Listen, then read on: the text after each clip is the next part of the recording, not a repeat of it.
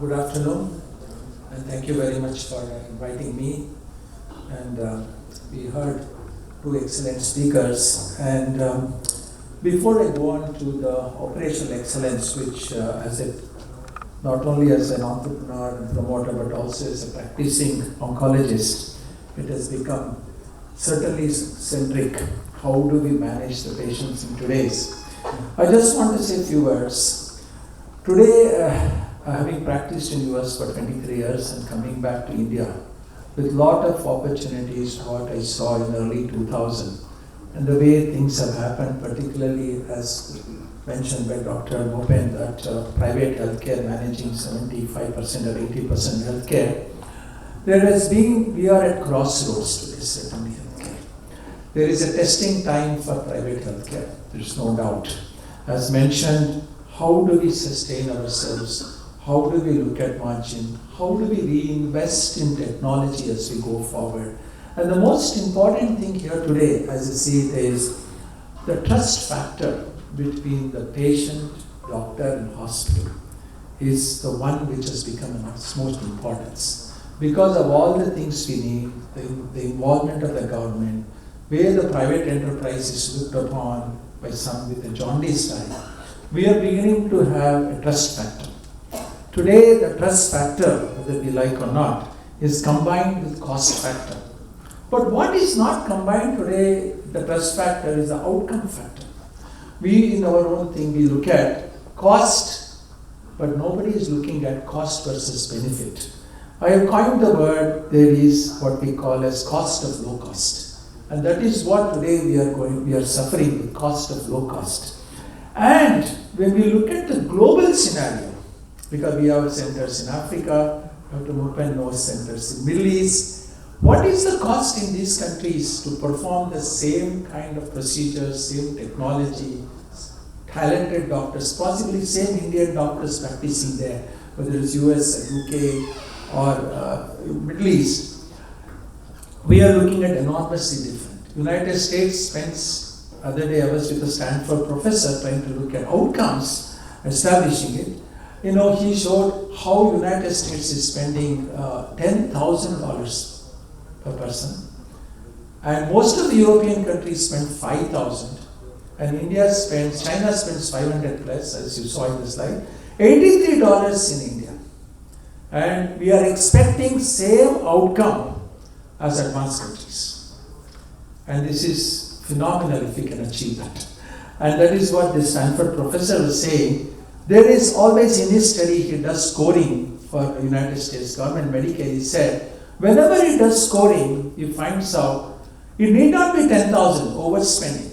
83 is very low. But somewhere in between is where you get the best outcome compared to the cost you spend. You cannot say, I'll spend $83 and get the same best outcome. As you start spending less, your outcomes become less and less. Clearly shown. In our own study, which we did for what is the Ayushman Bharat, or what the local, before Ayushman there were a lot of local schemes which are still present, Karnataka, Andhra Pradesh, Tamil Nadu, Maharashtra. When we did a study on these patients for breast cancer and colon cancer, what happens to the patients who come under scheme? What is the stage for stage? What is the outcome compared to those who are cash paying or private insurance? Startling results. 44% increased mortality, morbidity, recurrence rate compared to those under the schemes, or compared to those who are in private insurance or cash. Clearly, there is a difference because of certain things are not approved or certain limitation in the finances. So nobody is addressing these issues in various forms because maybe it is unpalatable to look at this. Because obviously, how are they going to talk to the public? Look, if you go to the schemes, you're going to have a worse prognosis. It is not palatable, so it is not talked about. So let us look at the idea of operational excellence, which is becoming very important nowadays, because primarily, as I mentioned, how do we make this patient-centric? Is it possible to keep it as a patient-centric environment and have productivity, efficiency, quality healthcare, cost effectiveness, and the most important thing is outcome. When a patient walks into the hospital, as doctors, as healthcare providers, our moral duty is to make sure they get the best of outcomes compared to the global standards. Cost is a factor, but if somebody says, a patient says, I will spend $100, I don't care about outcome. Somebody says, I'll spend on my parents $1,000, I care about outcome, what do we do? This becomes the dilemma for us in our daily practice. What do you do? How do you bring about this magic number of having good outcome and reverse innovation? Is it possible? So that is where the value-based medicine comes, which we have been in it for over 10 years, trying to measure what is the cost versus outcome. And fortunately, we were able to do that, and this is what way forward we think. Working with centers like Harvard Business School, trying to put out what is the cost versus outcome, which I will show in the next few slides. So essentially, value-based medicine is the key going forward. Whether schemes are there or not, whether private insurance, cash paying patient. Obviously, cash paying patient, people majority paying out of pocket is the main culprit here. If everybody was not paying out of pocket, and if there was a universal healthcare, private insurance, the patient would be out of the loop. It is between the insurance company and the institutions who will be talking, and that will dramatically improve the outcome and care, because these domain experts will understand the situation, and between the negotiations it will bring about a far healthier outcome. This is what has happened in most of the advanced countries. So that is what we have to look at. Productivity optimization. One of the things in India we are experts when people ask reverse innovation. For example, if you get a equipment worth $2 million, and what is the break-even point? For us, it is different compared to Western countries, primarily because we believe we are capable of sweating the technology to the hilt. Utilization of equipment, we are known in the world for that. Some of our linear accelerator for us run from morning 5 o'clock to midnight 2 o'clock. It is unthinkable in other parts of the world. So we know how to sweat the system. And that is one thing where we have expertise, utilization, night treatment, double shifts, triple shifts, all of this happens. So continually refined process works. How do you create a tap? For example, if you go to UK, if you have cancer, what is the waiting period? If you go to some of the countries we have gone to, in Colombia and all, compared to European countries, it is anywhere between 30 to 60 days. In UK, for example, NICE program says within 40 days patients should be treated. In private enterprise, this conference being on private, what do you think is the time for treatment? 2 days to 3 days max. High efficiency is already there in the system. Nowhere in the world, I have had people flown in from US for example, joint replacements or cardiac work. The waiting period is so short in private. It's amazing to others. And when they look at the cost, it is so low pittance compared to what they would have paid us. Singapore, for example, neighboring country, UAE, you look at the cost, 8 to 10 times more compared to what it is in India. And why are we not patting ourselves on the back? Because we are stuck with low cost business. Always low cost comes and we don't look at the outcome. We are great, for example, I had the foreign minister of Tanzania come to India for a radio surgery treatment. We asked him why. He was a World Bank member. He said, I went to Harvey Street in England, I found Indian doctors with a cybernetic. I went to New York, Sloan Kettering, Indian doctors. I said, I'll come to the land of Indian doctors and take treatment. Why should I go anywhere? For a pittance, he got the treatment. So all I want to say is, remarkable work has gone in India when you compare to the global work in reverse innovation. How we have been able to do this kind of low cost. So let's not keep on beating down the cost more and more. I don't think there's a room, majority of the places, to beat down the cost. Frankly, what we have to focus on, up the quality of care, up the outcomes. So whenever I see a slide, bring down the cost, improve the quality, I get really annoyed, because there is no way. If you start bringing down the cost, you will immediately see a repercussion on the outcome, without any doubt. When a technology cost is high, and government is certainly not helping us in importing costs, the GSTs, this, when you add up all that, actually we are paying more in India compared to the other countries. Even with that, we have mastered the technique of how to deliver this low cost. For example, in radiation oncology, for what is the cost for IMRT? It may be $2,000 or $3,000 compared to $20,000. This is the difference. Same treatment, same thing. Probably people with Indian ethnicity only treating all over. So this is a huge difference we see. And how do you do? Even the drug costs. India is the master, is the champion of drugs, low cost. And then on top of that, they bring more regulations in India, price prescription, they bring more regulatory things saying you can't generate more than 20%. People are not looking at it whole. What is the cost to treat a breast cancer patient, to do a cardiac surgery in India compared to global? Friends, let us look at that. Why you don't look at what is the cost of gloves he bought, 5,000% profit he made, 10,000% profit he made, newspapers writing about it. Is that the way to really look at it, or look at the total cost to what happened to the patient? Because when we do delivery, we don't look at what is the cost of it, but total cost is what? Outcome and cost. If you do that, I bet that India will have outstanding. It has been written by Reverse Innovation by Govindarajan. I encourage you all to all read that. It's one of the New York bestsellers, Reverse Innovation, where a lot of this done in India, a lot of the hospitals are quoted how we have mastered. It's a great education thing. If you can have time to please read that. So when you look at it, what can we expect?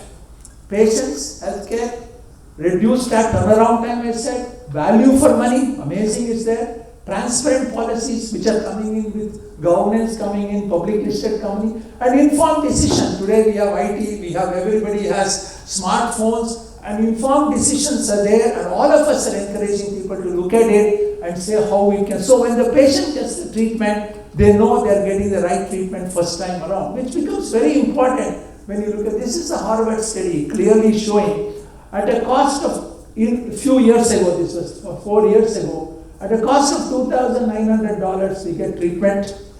In US it is $22,000. 87% 5-year, 10-year survival rate, disease-free, equal to 89% the best of centers. I don't think we can get better than that. This is what it's achieved, it can be achieved, it continues to be achieved.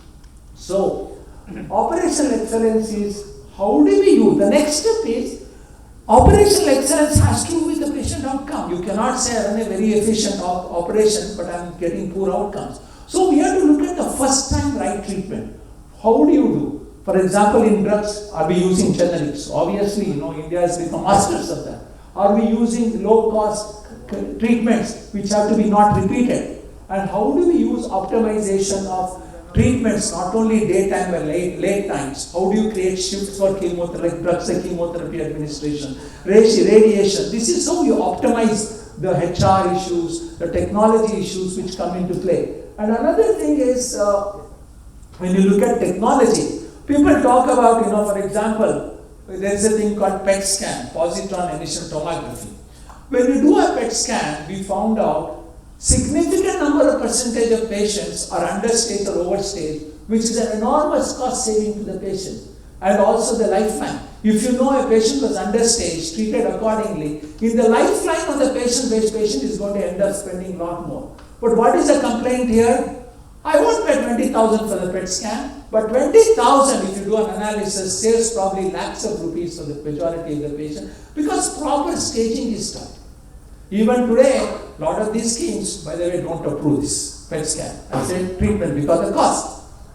So again, outcome, which is what I was trying to show you, how it makes a huge difference in the outcome in the patients who have survival, improvement in the survival. So who is the one? The patient should have the most interest in this. So that is where we get into what we call as personalized medicine today. Today, from evidence-based, what we did in the past, we are moving into precision. And people talk about what is the cost difference in the life cycle of a patient if you treat precision-based and do the right treatment, particularly in places oncology, cardiac, and the disease doesn't recur, or the patient with cardiac does not have the similar problem, enormous saving is going to happen. And this is what the West is trying to study today, how this Indian model can be incorporated in the West. This is what is happening as we speak today. They think this is the most cost-effective way of doing. where we have actually leapfrogged and understood into the genomics, precision medicine, so that we are able to provide that kind of service in the private healthcare today. So we are looking into targeted therapy, immunotherapy, all of this genomic specific. Rather, for example, I'll just give you a few examples. I won't go much details. People talk about cost of genomics. We all follow Western Caucasian model for treatment. We have never done genomics in a massive scale in India. One of the things we have done is over 10,000 patients, particularly in head and neck, cervix, we have found certain mutations which are not even ever been reported in the West. So we are dealing with a different ethnicity who possibly require a different treatment, maybe different protocol, different dosing, different outcome. But we have not even addressed this issue because we follow the Western protocols. As we start looking into it, whatever you spend, maybe 20,000 for genomics, we found 48% of the time the treatment changes because of genomics. That means 48% of the patients were getting unnecessary treatment because of this. And people still talk about 20,000 costs. Even our own doctors, oncologists talk about the cost. Because as we heard from Shankar, previous speaker, they don't have that deep knowledge of what is going on. One single person cannot have the knowledge. Today we are looking at how knowledge is multidisciplinary clinic, several doctors sitting together, analyzing genomics in depth. Then only I think we can come to the application of next generation sequencing, outcomes. How do we do this?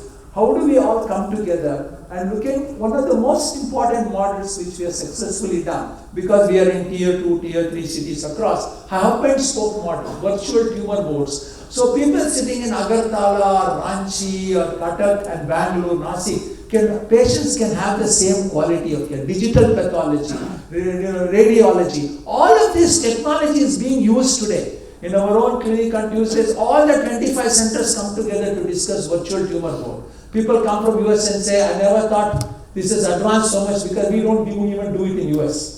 But it is not recognized in India because it is, as I say, what happens in your backyard, nobody recognizes. What happens globally, we invite the foreign speakers to come and give a talk. But tremendous transformation has happened, paradigm shift has happened.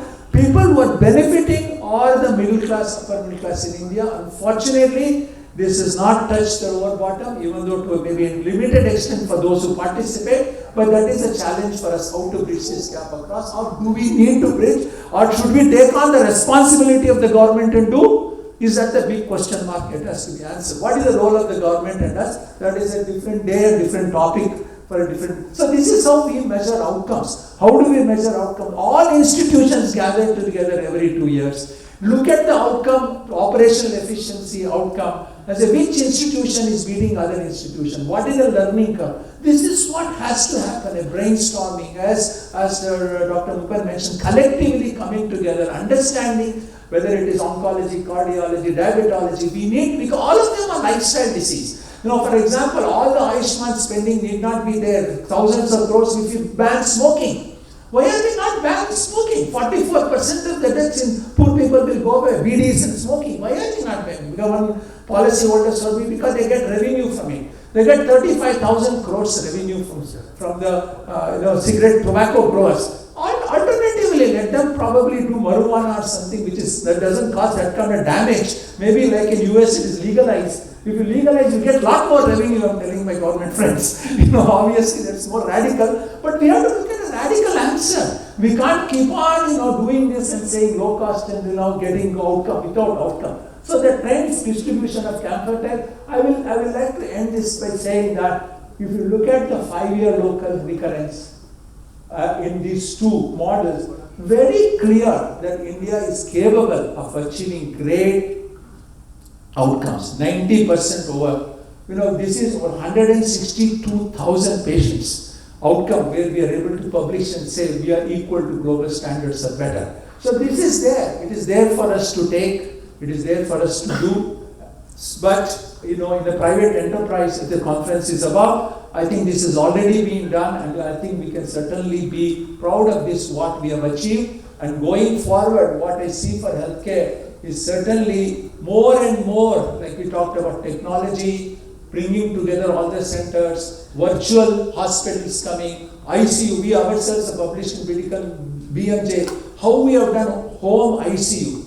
Very complicated cases using home eICU can be done. Concept of eICU where intensive care can be managed by virtually camera as though you're making physically round sitting somewhere in a command center. All of this is certainly going to improve outcome. Is certainly, we think the patients are going to live longer, disease-free, or even with disease, because cancer diseases like cancer, diabetes are chronic diseases. They may not be curable, but certainly they are treatable. Lifestyle diseases, and as we place more importance to lifestyle, obviously the incidence of these diseases also will come down. With this, once again, thank you very much for inviting me. Thanks a lot.